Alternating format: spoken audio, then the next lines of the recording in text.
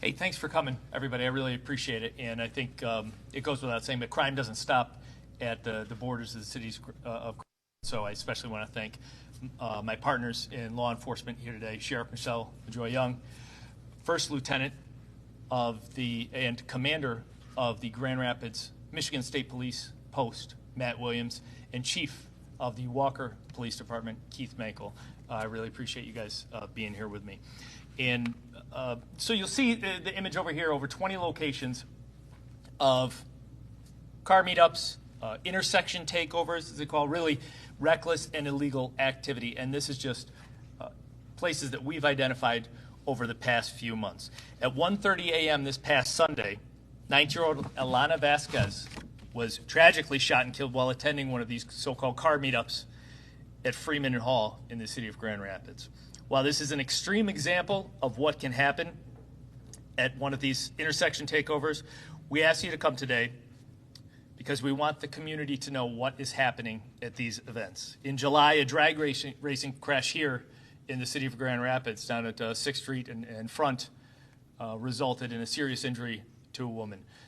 In May, there was a shooting at one of these meetups in Cascade that ended in a serious injury to a young man out there.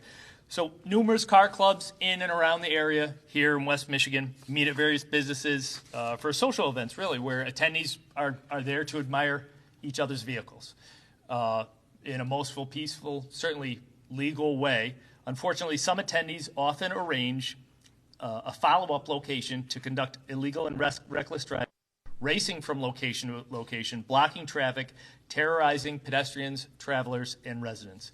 And I'll tell you, you don't need me to tell you this, but it doesn't take much searching on social media to see really nationwide the tragic events that have occurred at some of these intersection meetups, where there's individuals literally being run over by vehicles, or in a situation such as this where an individual was tragically shot and killed. I'm happy that the law enforcement community here is unified in recognizing the need to respond to these events, which often feature firearms offenses, violence, disregard for the law, and disregard for the well-being of others. Not only will we be working together to take an aggressive approach to addressing this illegal activity, we will work together to identify the organizers of these events and hold them accountable as well.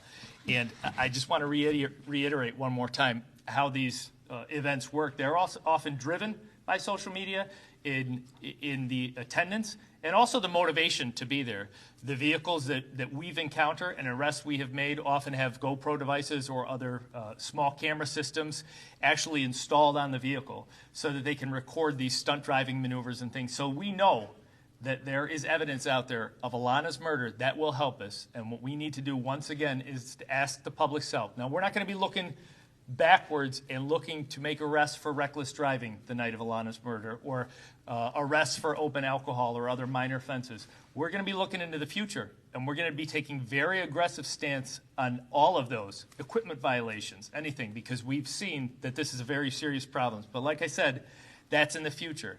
I want individuals to know who were there the night that 19-year-old Alana was killed, that they can come forward, whether it be through the police department, anonymously, through Silent Observer, provide that information. I think Alana's memory and justice and closure for her family are more important than small violations. So please come forward and feel comfortable doing so. It's the right thing to do. Again, thank you to my partners here. And if you have a question for me or either of the three of them, very happy to take them. And thank you for your time.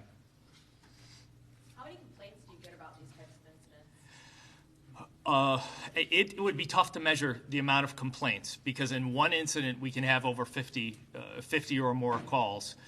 There was a recent one up by Huff Park, which is near the neighborhood where I live.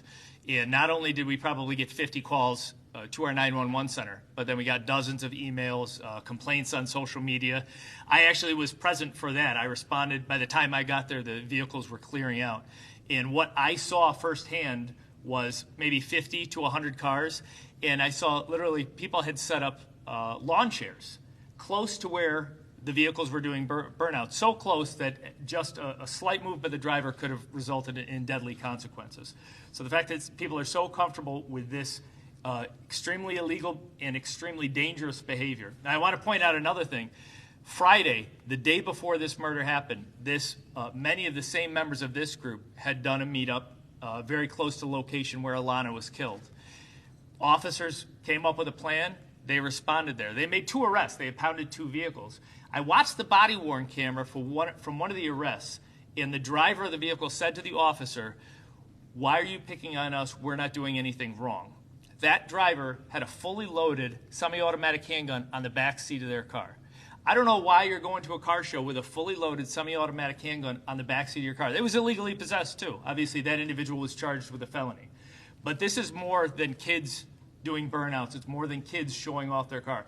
This is behavior which, unfortunately, in the city of Grand Rapids now, as of Sunday, has resulted in the murder of a 19-year-old girl. Absolutely inexcusable. Yes, sir. Yeah, Chief James Kimmel, do you have any further information or getting any progress in terms of whether you might have a suspect at least in mind, and also whether this was a targeted attack or random?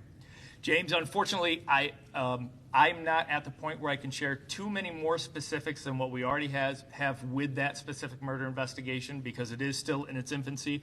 I can tell you myself, I was out there on the scene. I know the investigative team has been working tirelessly, not gotten quite enough sleep, so we are on it. We are doing everything that should be done, but there's a lot of facts we're not prepared yet to share with the public, so I'm just not to that point yet, but I appreciate the question. Yes, sir. Have you been seeing these meetups grow, and have you been seeing an increase in illegal activity as these continue? Absolutely. So I think really following COVID, there was a lot of, as we all experienced, there were so many changes in the world as far as social things to do out there. And what we saw at the time, I was still working in another jurisdiction in Chicago at the other side of the lake, and that's when we really saw them start popping up. And so since 2020 or so, they've really increased. And, I think it's time. We've moved so far past the pandemic.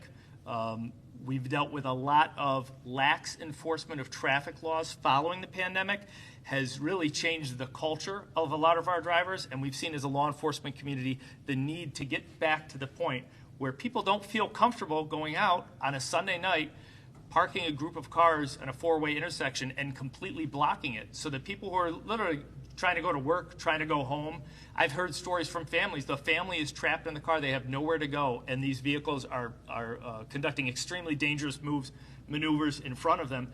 Throw on top of that the fact that we often see that these individuals drive around armed and clearly willing to use violence and deadly force. It's something that we need to address, and we need to say, hey, we need to get back to this level of normalcy and respect for each other and respect for human life. Yes, sir. Have you, did you have to adapt how you approach policing at all, the social media aspects, like, for instance, groups meeting on the Blue Bridge and the thousands of numbers? Is there any way of preempting, looking at social media, trying to stop these things before they happen? We have it. A great example, like you mentioned, the Blue Bridge, and we said this is motorcycles. You can see motorcycle and car meetups. Now, this was more of a car meetup, but anybody that's been around, we've had those conversations, the complaints about the Groms downtown, the motorcycles, and we've taken enforcement action. We've been out making those arrests, but what we've also done is tried to identify through social media who these organizers are. And I myself hand-delivered a cease and desist letter to one of these organizers who was on a regular basis bringing hundreds, if not thousands, of motorcycles downtown. And I had a heart-to-heart with him, and I said, you might not be put in handcuffs today, but I guarantee if you block the entrance to Helen DeVos Memorial Hospital, Children's Hospital, one more time, I will make sure that I find a reason to put handcuffs on you, and the city's going to make sure that if we have cause, we're going to take you to court. We're going to do whatever we can, which is why I think it's important that I point out we are going to be taking a look at who's organizing these things, because it does not happen organically. There are individuals who are getting on social media and saying, meet at this location, and they know what's going to happen. And we're long past time that they can say, oh, I just wanted my friends to meet up. I didn't know that they were going to conduct this illegal activity. You know what's going to happen, so there need to be consequences. Looks like a fair percentage of them are in the Roosevelt Parks neighborhood and along that corridor there. We have seen some of the same locations used multiple times as well. Like I said, this where Alana was murdered at Freeman and Hall, they have used that previously as well. So there's a lot of, some of the malls in the area that have large parking lots they'll use. So we do see a lot of the repeat areas. Byron. My question is for Chief Mankel. Can you that about what you've seen in the city of Walker, and has any of this happened on Alpine Avenue? Yeah, so we still see this in Can you Walker. get by the mic? Oh, sorry. Sorry. Yeah, we still see this type of activity in Walker. Like Chief said, when they meet up at a location, they'll take off and drive to these other locations. We just had 200 vehicles come up Wilson the other day and take over Standale. So it's not just Grand Rapids. The map shows that right now, but it's happening everywhere. It happens in Walker, and we get hundreds of calls on this in Walker even. So it's not a Grand Rapids issue. It's a society problem that we're dealing with right now. And can you also talk about how this is just, and anyone really talks about how this puts innocent drivers at risk that really might not have anything to do with this? And every driver out there gets wrapped up in this, like Chief was saying. You might be just driving down a road, and next thing you know, you got 200 cars around you.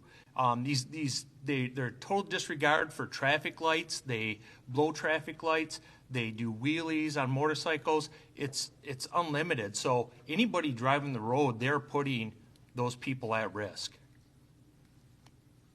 Are you typically, any of you, are you typically seeing more younger generations participating in these? Is it more of kind of a mixed demographic participating in these? So everybody's young to me, right? But yes, we definitely see a trend with people kind of the 15 to 20, early 20s age groups that are more highly participating in these. And I'm actually going to loop some other incidents in. We've had problems in recreational areas after dark, after they're supposed to be closed, people coming in and taking over those. So it really is a crime of opportunity, if you will.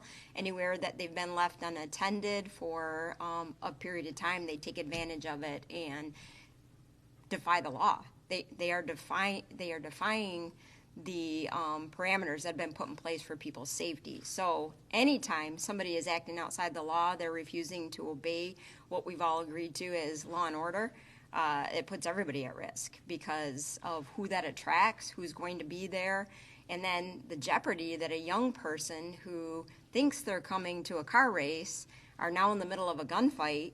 And we've seen that a few different times. They're in the middle of a gunfight and don't have the tools to even get away in many of these situations because they've ridden with somebody, and those somebodies take off when there's a problem. So it's very serious. And I think if I could point to one thing that we really do need to engage the community in is helping us to monitor the plans to have these events. Parents, young people, those who are just aware that these events are happening, they need to engage us and allow us to step in and help protect our communities because we're not going to be able to do it alone. It's not something we can monitor everywhere. It's not even feasible for us to be everywhere.